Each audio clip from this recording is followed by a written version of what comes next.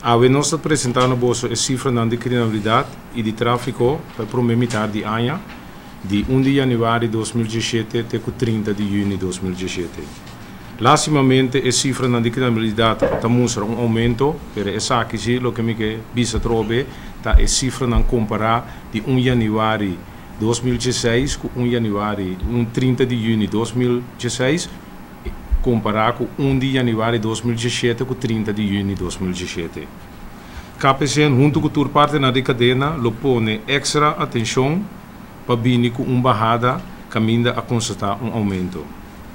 Nossa ambição para o que trata nossa capacidade está para em 2019 tem o corpo completamente reforçado.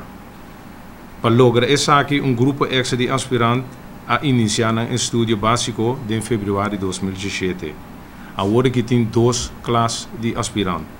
Classe 1 a começar na março de 2016, então acaba agora na março de 2018.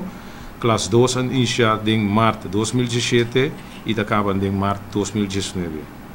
Provavelmente nós também estamos a analisar que nós estamos vindo com outra classe mais em 2017.